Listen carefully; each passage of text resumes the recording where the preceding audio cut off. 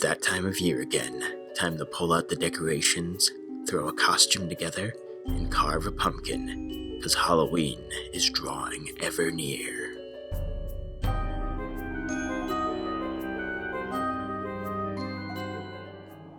October is the time of year when we all watch a lot of horror movies and play a lot of horror type video games, and of course, eat lots of monster cereal. But with so many different movies to choose from and so many horror series to play and different books to read, it can be difficult to decide which ones to go with. So the point of this video is to just make some recommendations for anyone who cares to hear them. Yeah.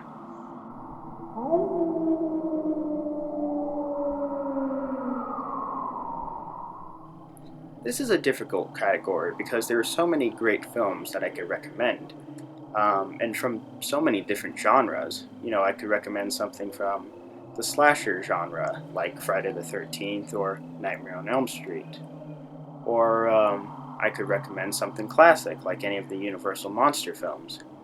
But I wanted to choose something that isn't well known and that just captures that sort of cheesy, fun nature of Halloween. So my live action film recommendation is going to be The Midnight Hour from 1985. If you love silly Halloween movies like Hocus Pocus or any of the Halloween Town films, then this is perfect for you because it is definitely silly. It's Halloween night, and a group of teenagers think it'd be a fun idea to steal an ancient scroll that belonged to an evil witch and have the descendant of said evil witch read the scroll aloud. Oh, but you can't just read it anywhere. It has to be in a cemetery, of course. Yeah, I'm sure nothing bad will come of this. Oops. Surprisingly, the dead start to rise. I wonder why. This includes zombies, the evil witch herself, a werewolf, and a girl from the 1950s who looks pretty fresh considering she's been dead for, 30 years? As you would expect, the monsters start to turn everyone else into zombies, while others just seem to want to party. Eventually, the whole town is taken over, and the only ones who can stop this madness is our hero, this guy dressed as Football Dracula for some reason, and the 50s zombie girl. Look out, it's the midnight hour, baby! This is a really fun and cheesy movie, and at times it could actually be kind of scary. Well, maybe not scary, more like creepy, and that's exactly what Halloween is like. It's fun, it's scary, and this movie just captures that Halloween spirit perfectly. It isn't the easiest film to find, however. This one here that I have on VHS cost maybe $30. I don't really remember, but it wasn't cheap. So yeah, it's not cheap or easy to find, but it's definitely worth looking for. So yeah, check this one out.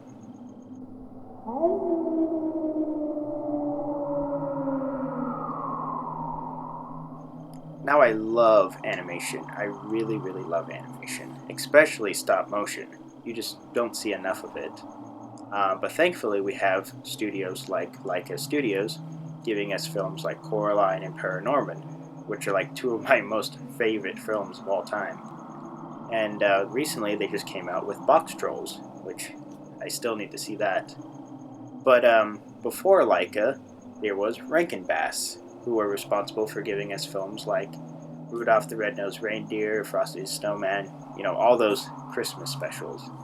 But they did come out with one Halloween special, and that is my recommendation for the animation category. And it is Mad Monster Party from 1967. Yeah, that's right. This is such a great little movie, bringing all the classic monsters together. Dracula, the monster and his mate, the werewolf, the mummy, the invisible man, the hunchback, Dr. Jekyll and Mr. Hyde, the creature, Dr. Frankenstein, and even King Kong. Although they did forget the Phantom, but whatever. It has the amazing voice talents of the uncanny Boris Karloff, ironically playing Dr. Frankenstein, I've done it. Created the means to destroy matter. They must all know. and Phyllis Diller as the monster's mate.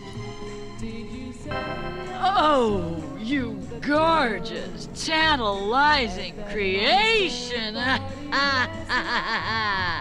Then other characters, like Felix Flanken, sound a lot like my favorite actor, Jimmy Stewart.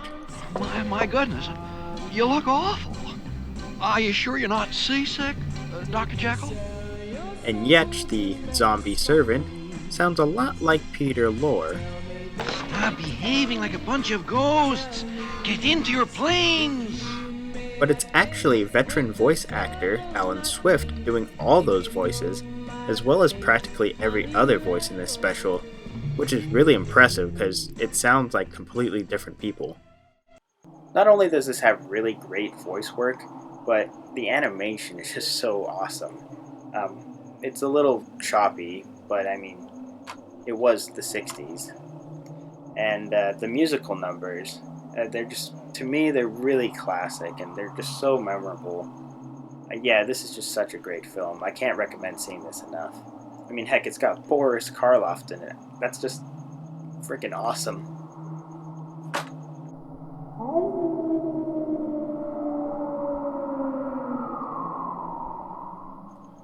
There's all kinds of games that you can play for the month of October. You can play a Castlevania game or a Resident Evil game. Both of those are pretty good choices. Or you can go with the newest horror game that just came out, Alien Isolation, which I can't wait to get. That looks like a fun one. But isn't there a Halloween game? Like a game that actually takes place on Halloween? Well, yes. Yes, there is. And that game is going to be Costume Quest from Double Fine.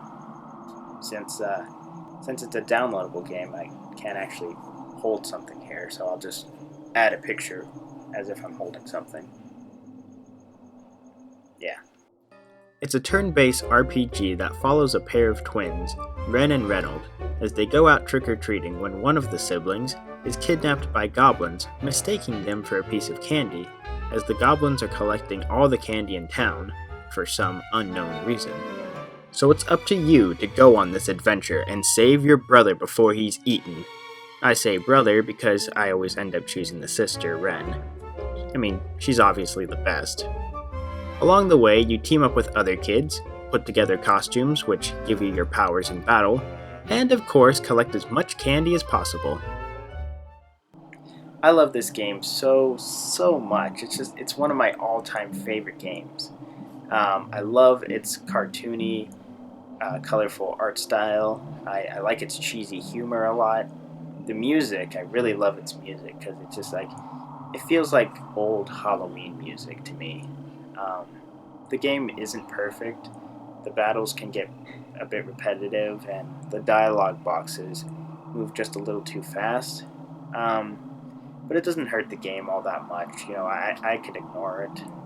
So yeah, it's a great game to check out for Halloween. I mean, it's the perfect Halloween game, in my opinion. So yeah, you could download it right now on PC, PS3, and Xbox 360. And it also has DLC, Grubbins on Ice, so check them both out. I think it's only like $15 for the set. I'm not sure though. And after you're finished with that game, you can buy its sequel, Costume Quest 2, which is available on PC right now, and will be available on next-gen consoles like PS4, Xbox One, and the Wii U. And that one comes out on Halloween Day, so I know what my Halloween's going to be.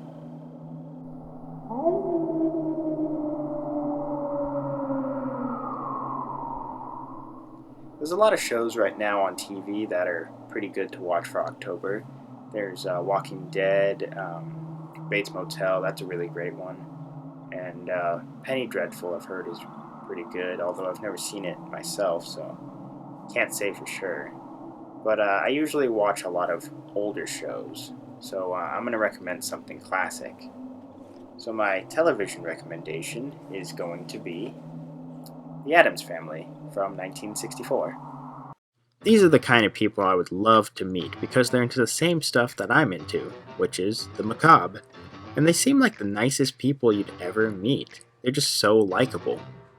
Based on Charles Addams' New Yorker comics, the show follows the misadventures of the eccentric and very wealthy family, the Addams. It's basically one big joke, that they're different, and normal people think of them as weird. But the Addams don't seem to notice or just don't care what people think of them, which I really admire because I tend to worry about what people think of me. The Addams Family. This is a pretty fun show. The jokes in it are pretty corny, but like I've said, I like that kind of humor. I like that it was filmed in black and white. It just gives it a classic horror look. You can get the complete series on DVD, 2 seasons long, 65 episodes altogether. So it doesn't take that long to watch the entire thing. So if you haven't seen this before, you should check it out. It's pretty good.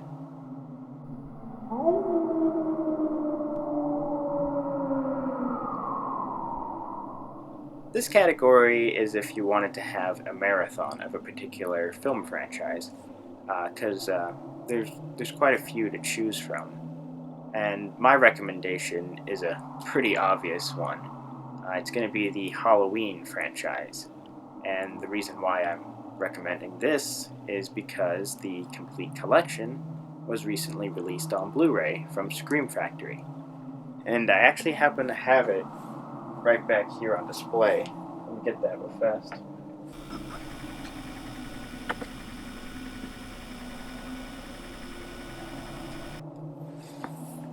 Okay, here it is. This is the complete collection, all 10 films, I believe it is. Hold on. Yes, all 10 films on Blu-ray with a crap ton of special features. This was put out by Anchor Bay and Scream Factory. If you don't know Scream Factory, they're like one of the greatest companies in the world. They release all these unknown horror films in pretty good quality Blu-rays, and this is one of the best things they've ever put out. Another reason why I suggest the Halloween collection is because the original film has PJ Souls in it. Why do I bring her up? You'll see soon enough. Well, hopefully soon enough. Cute, Bob, real cute. Anyways, the original film by John Carpenter is a horror movie classic, and some of its sequels are pretty good, particularly Halloween 3, which most people seem to hate because it doesn't have Michael Myers. Just don't think of it as a Halloween movie. It's its own standalone film, and it's really, really good. Trust me, it's the perfect movie for Halloween night.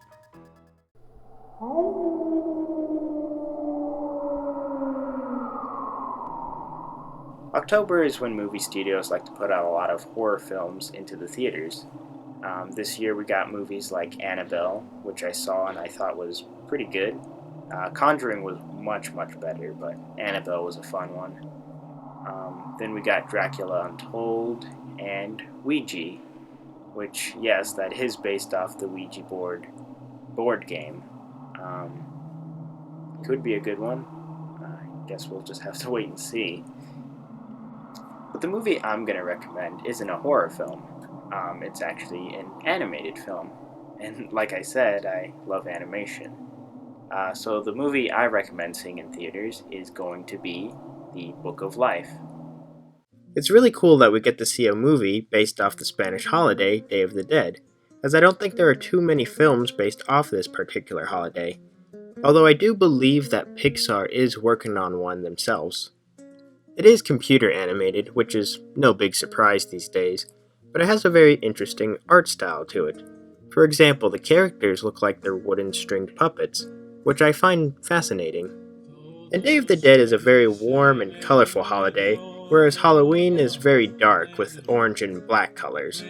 So I think this film really reflects Day of the Dead beautifully. I mean, just look at the color.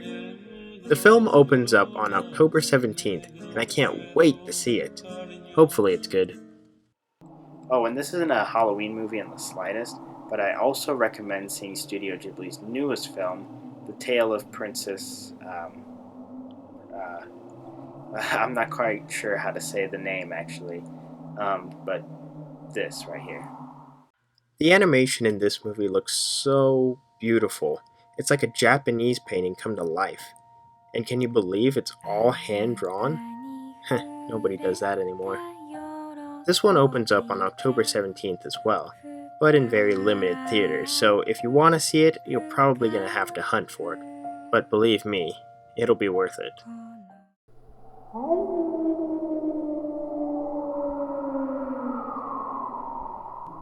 October is also when movie studios like to put out a lot of Halloween type films onto Blu ray. This year we got Blu rays of Casper, The Addams Family, and Pumpkinhead from Scream Factory again, just to name a few. For this category, I was going to recommend the Halloween Complete Collection, which you should pick up, but seeing as how I mentioned this in the Marathon category, I thought I should bring something else into this category. So my Blu-ray recommendation is going to be the 40th anniversary of the Texas Chainsaw Massacre. This movie has never looked or sounded so good before, as this release has been transferred in 4K resolution and 7.1 surround sound. I don't really know what any of that means, but I assume it's good. It looked good anyways. The Blu-ray is packed with all sorts of special features, deleted scenes, 4 different kinds of commentaries, interviews with the actors and crew, a documentary on the film, and so much more. The set comes with 4 discs, 2 Blu-ray discs with the film and the bonus features, and 2 DVDs with all the same stuff.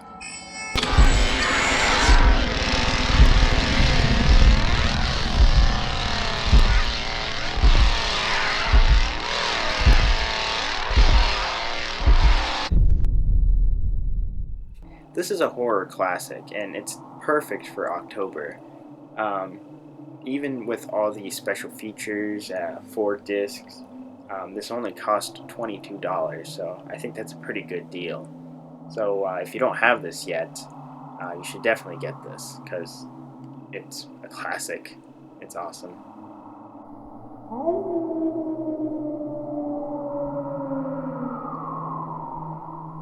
Now, for all you comic book readers out there, there are quite a few comics that you could read during this month. Me in particular, I like to read Marvel's horror series from the 70s, Tomb of Dracula, Werewolf by Night, Man-Thing, Ghost Rider. I love Ghost Rider, he's like one of my all-time favorites. But the comic book that I'm going to recommend for all you to read is a newer comic book. And that comic is Archie Comics' Afterlife with Archie. We all know the Archie comics, right? They're pretty lighthearted and family-friendly. Nothing really scary about them. But then, last Halloween, we get this big surprise with this dark, mature-rated Archie comic where Jughead's dog, Hot Dog, is hit by a car and he begs Sabrina the Teenage Witch to bring him back to life using her magic. She knows it's forbidden to bring someone back from the dead, but she feels real bad for Jughead and does so anyways. However, this turns out to be a really bad idea, as Hot Dog does indeed come back as a zombie, and in turn he turns Jughead into one as well, and pretty soon all of Riverdale goes to hell, and Archie and his pals have to try and survive this nightmare. The artwork done by the amazing Francesco Francavilla. I probably didn't say that right, but it just oozes Halloween. I absolutely love this art style. I wish I could draw like that. Then the comic book makes a lot of references to other classic horror films, such as Pet Sematary, Nosferatu and Rocky Horror Picture Show, Alfred Hitchcock, Nightmare on Elm Street, and Night of the Living Dead.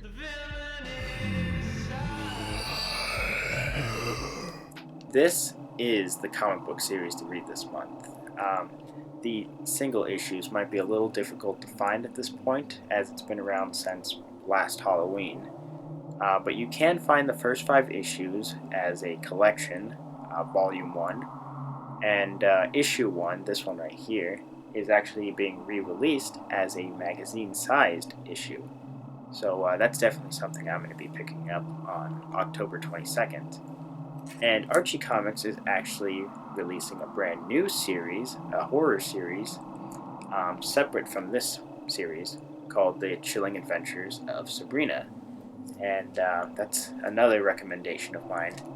I'm breaking my rule here. I said I would recommend one thing, but they both kind of go together in a way. They're both Archie. They're both awesome.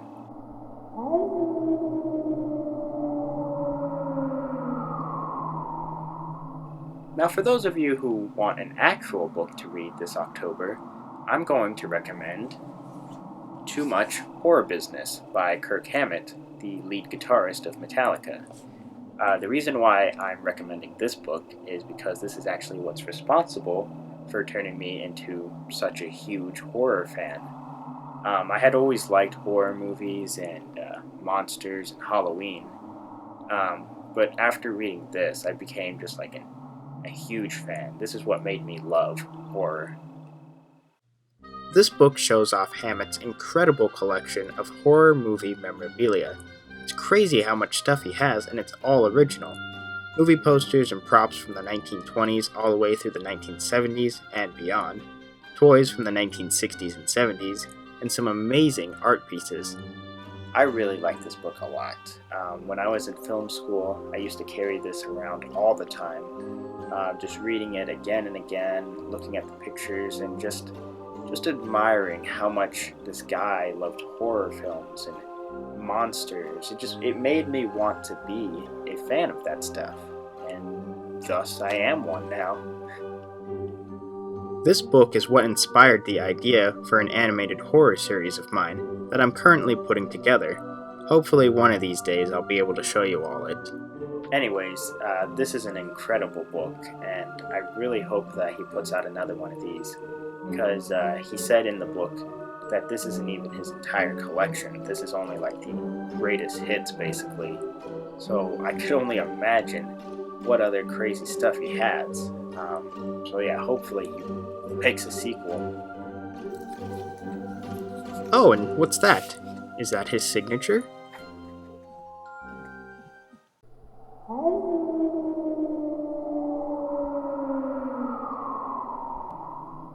And finally, the last category, a documentary, which is rather fitting considering my channel is all about documentaries now. So, with this category, I would recommend watching my documentary, the Some Guy in Pinkie Pie Halloween special. But I have serious doubts that it'll be finished in time, as I'm currently working on 2 documentaries at the same time, and they're both taking forever to finish. Yeah. So I'm going to recommend something that you can watch within this year, The American Scream. You know those homemade haunted houses you see in people's backyards or garages on Halloween night? Well, that's what this documentary is about. It follows 3 families in a small Massachusetts town as they prepare for their annual haunted house. Some of these guys spend all year long putting these things together, and all just for one night. They put a lot of time and effort into these haunted houses because it's what they love to do. The main guy they follow in particular, he's really serious about his haunted house, putting in lots of detail that most people wouldn't even notice, but he does because he wants it to be the best it possibly can be. I can relate with this guy because I'm pretty much the same way. I tend to put in more work than what's necessary when it comes to my documentaries or my movies, because I just want them to be the best that I possibly can make them, and that can end up being pretty time consuming and pretty tiring, but we just want to do the best that we can, and that's one of the reasons why I really love this documentary so much. It's really good. It puts me into that Halloween mood every time I watch it, and I pretty much put it on every night. So definitely check this out. It's available right now on Netflix Instant Watch, so check it out. It's a hobby for a lot of my friends. But for me, it's a bit more than that. I just feel like it's what I should be doing. And those are my recommendations for Halloween 2014. I just wanted to make this quick video because, October is my favorite month and Halloween is my favorite holiday. So I just wanted to put something out for you guys. And I wanted to try and see if I can help make your guys' October even better by recommending some of the things that I like to watch and read during this time of the year. I am currently working on a Halloween special for my Some Guy Pinkie Pie series, but as I mentioned before, I'm working on 2 documentaries at the same time, the Halloween special and another one, and both of them are taking forever to do. So the chances of the Halloween special coming out on Halloween are pretty slim, but I'll do my best because I'm really excited and I can't wait for you guys to see them both. The first documentary, the one that I'm working on right now and have been working on for quite some time, the subject for that one is on my favorite actress, who I mentioned earlier in this video, so maybe you guys will figure that one out. And I'm really excited about that one because I have a special voice guest in that video. I don't want to give her away. I just want you guys to see when the documentary comes out, so yeah, I'm excited for that one. As for the Halloween special, the subject for that one is, well,